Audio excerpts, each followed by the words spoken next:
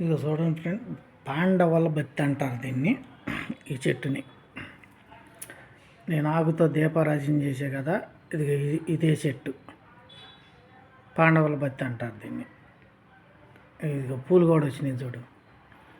ఇలా పూలు వస్తే కనుక చాలా అదృష్టం అన్నమాట. ఇలా ఈ రకంగా పూలు కనుక వస్తే పాండవుల బత్తికి చాలా అదృష్టం. ఇదే నేను దీపారాజన చేసేది.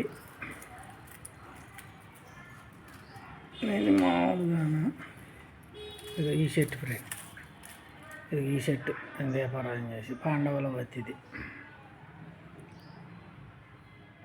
అంత అద్భుతంగా చూడండి.